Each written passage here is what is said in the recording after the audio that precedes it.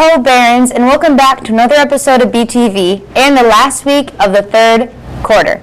I'm Claire Woodcox. And I'm Wyatt Nepper. So Claire, how was your weekend? It was good.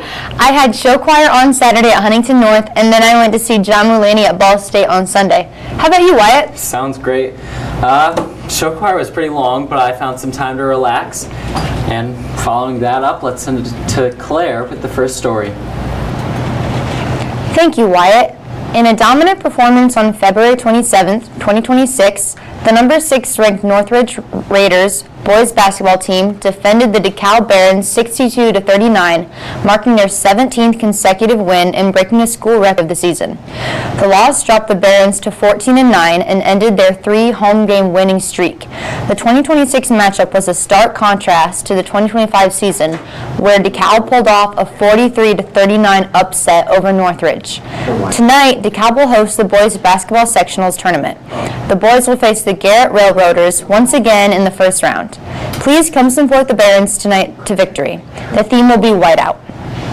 Best of luck to our Barons. Now on to Wyatt with a story about the month of March. Thanks, Claire.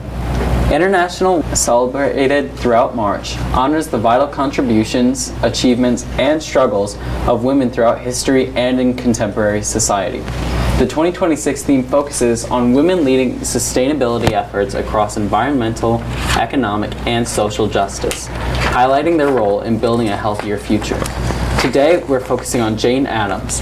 Addams dedicated her life to improving the lives of immigrants in industrial America. Addams developed housing and provided education for immigrants when they were refused these necessities. Now, on to Claire with a little bit of scientific history for y'all. Yay, women, Wyatt, thank you. Scientists at MIT have found compelling chemical evidence that Earth's earliest animals were likely ancient sea sponges. Hidden inside rocks over 441 million years old are rare molecular fingerprints that match compounds made by modern demosponges. After testing rocks, living sponges, and the lab-made molecules, researchers confirmed that the signals came from life, not geology. The discovery suggests sponges were thriving in the oceans well before most other animal groups. It's so cool. Now let's send it on to Wyatt with the movie review. The next movie coming up in this review is My Girl. This gets one manly tear, no more than that. It was such a sad story and a big lesson in growing up, how to approach life and death, featuring actors like Macaulay Culkin, Kevin from Home Alone, and Dan Aykroyd, one of the original Ghostbusters. This movie follows a mortician's daughter as she grows up literally in a funeral home. Navigating the fears presented in such a place, we follow this eccentric daughter through daily adventures that bring us closer to her heart and make us feel for the struggles of those around us. That little girl was such a good actress. Oh my gosh. Like, I don't know any of her other movies, and I have never heard of her otherwise. But Anna Chlumsky, you were great. I would give this movie a solid 8.5 out of 10, and it's a good movie. I've been Wyatt Nepper, and this has been Beyond the Silver Screen. Thanks, Wyatt. What a cool looking guy. As of early 2026, Indiana is implementing stricter school cell phone restrictions, moving toward a bell-to-bell ban on personal devices during the school day. Building on a 2024 law requiring restrictions during instruction, new legislation passed in February 2026 requires schools to prohibit cell phone use throughout the entire day to reduce distractions and improve mental health. Many districts are using or considering Yonder pouches to secure phones, storing them in lockers, or requiring them to be turned off and kept in backpacks. Supporters, including educators, cite reduced distractions, decreased cyberbullying, and improved social interaction, aiming to move away from inconsistent enforcement of previous, looser rules. Some parents have expressed concerns regarding communication during emergencies, such as school lockdowns. But we'll see how it goes, and now on to Claire with a story about the SAT. Thank you, Wyatt. The SAT is tomorrow, Barons. For all juniors that are taking the test, make sure you have a good night's sleep and charge your Chromebooks overnight. This test is super important, so make sure you're locked in and doing your best for the test tomorrow. Glad I don't have to take it. Thanks, and on to Tucker with the weather. Hey Barons, I'm Tucker Brown, and I'm here with this week's weather. Today, it's going to be a high of 40, low of 31. Cloudy.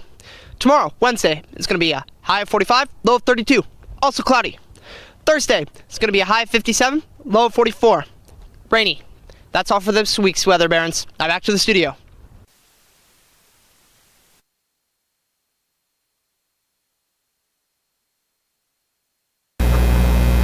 Thanks for that weather update. For the first time in over 180 years, a giant tortoise population is once again walking the landscapes of Floriana Island, launching the largest restoration effort ever undertaken on the Galapagos Islands.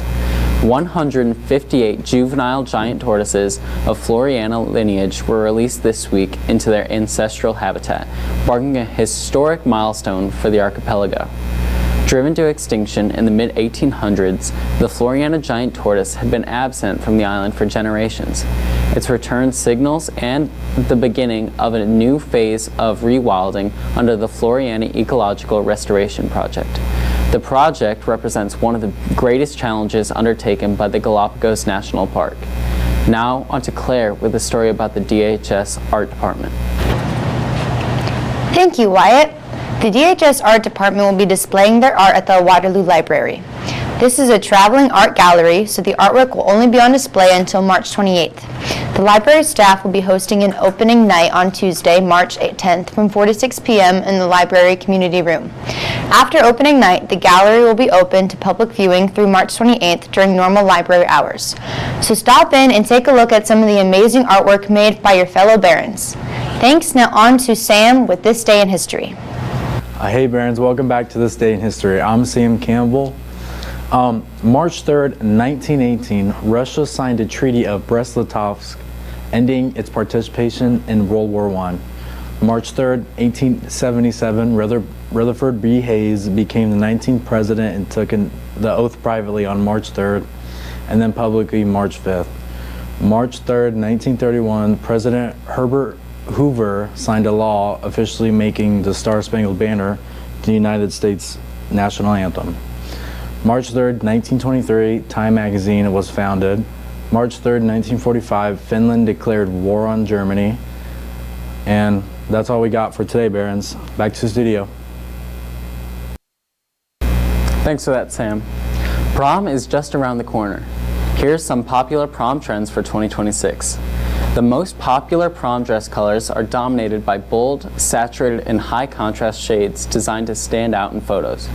Top trends include electric blue, emerald green, hot pink, and magenta, alongside vibrant red and sunny yellow. Metallic, champagne, and black are also trending for a modern, sophisticated look. Also, wrist corsages remain the most popular traditional choice for prom. But small handheld bouquets have seen a significant surge in popularity as a trendy alternative. This is so cool, I have no idea what any of that means, but I'll probably be wearing my brother's suit. Now on to Claire about the Waterloo Library. Oh, Wyatt, thanks. I'm so excited for prom. The Waterloo Library will be also introducing a new activity on Wednesday afternoons and Wednesday nights. It's called Learning French with a Kitty. French lessons will be provided by a volunteer who will bring her cat. You can socialize with this furry friend while also learning the French language. Any experience level is welcome to come, so if you've never read or spoken a word of French, don't feel discouraged. Come and expand your knowledge with a great French teacher and her lovely kitty friend. Next up, expand your knowledge a little more with Ethan in the Great Outdoors. Okay, hey Barons, welcome back to the Great Outdoors. Today we're going to be talking about the Illinois Whitetail Lottery draw for tags. So the first lottery is just for residents of Illinois. That's March 3rd to April 30th. That doesn't really concern any of us. But the second lottery is non-residents, and it's kind of a second chance for Illinois residents. That will run May 11th all the way to June 30th. And then the third draw is from July 13th to August 21st. That's for residents and non-residents as well. All the leftover tags, if you don't get drawn, but you still want to hunt, you can go to certain DNR specified sites and buy tags over the counter, but you can't buy those over the phone or online.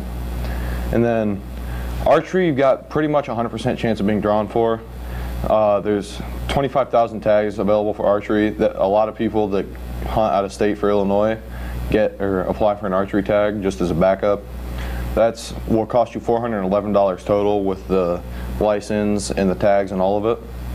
And then if you're going to rifle hunt, that's a little bit more complicated because archery hunting for the tag draw is just overall you apply for the entire state.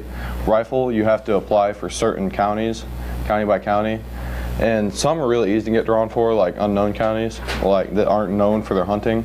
But counties in the Golden Triangle, so Pike County, Brown County, and Adams County, or the Shawnee National Forest, or other counties like Macon, White, Greene County, or Macoupin County, are a lot harder to get drawn for because they're known for having a really big whitetail. And rifle hunting is going to be a little bit cheaper, even though it's harder to get drawn for. For the tags and the license and everything, that'll cost you about $325. And then if you're planning on hunting for public land or hunting public land, you'll have to get what's called a windshield card.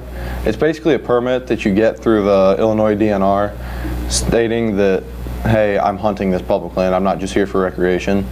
And so whenever you go out hunting on public land, you'll have to put that in your windshield so that if a DNR officer walks by, they can mark that down that this person was hunting this piece of public land at this time. You have to get that card for each different section of public land, and differentiated by, you can find that on a state map.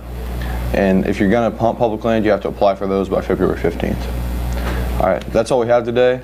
It's starting to warm up, so get out and enjoy the outdoors. Back to the studio. Really interesting, Ethan. Some more on nature. A blood red moon graced the skies for a total lunar eclipse this morning, and there won't be another until late 2028. The spectacle was visible this morning from North America, Central America, and the western part of South America. Australia and Eastern Asia can catch it tonight. Partial stages of the eclipse with small bites taken out of the moon can be seen from Central Asia and much of South America. The eclipses tend to follow each other, taking advantage of the sweet spot in the celestial body's orbits. Tuesday's total eclipse of the moon comes 2 weeks after a Ring of Fire solar eclipse that dazzled people and penguins in Antarctica. Solar and lunar eclipses happen due to a precise alignment of the sun, moon, and earth. There are between 4 and 7 a year, according to NASA.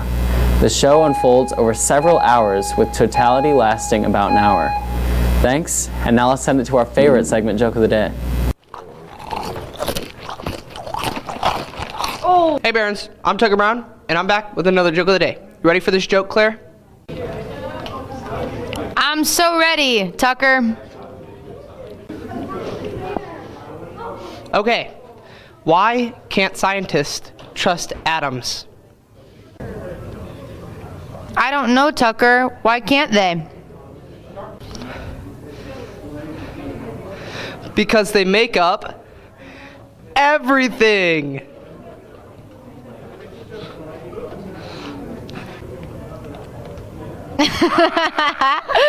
Thanks, Tucker. Now back to the studio. That was a good one, Tucker. Yeah, I get it. Well, Claire, I'm super excited for the Fine Arts Convo on Friday. Me too. I think this would be a great opportunity to see drumline, winter drum, show choir, and the Little Mermaid. Yep. And speaking of great things at DeKalb, make sure to check out the game tonight at DeKalb against Garrett. And don't forget to wear white. You got it. Well, I've been Claire Woodcox. And I've been Wyatt Nepper. See you soon. Goodbye. Bye.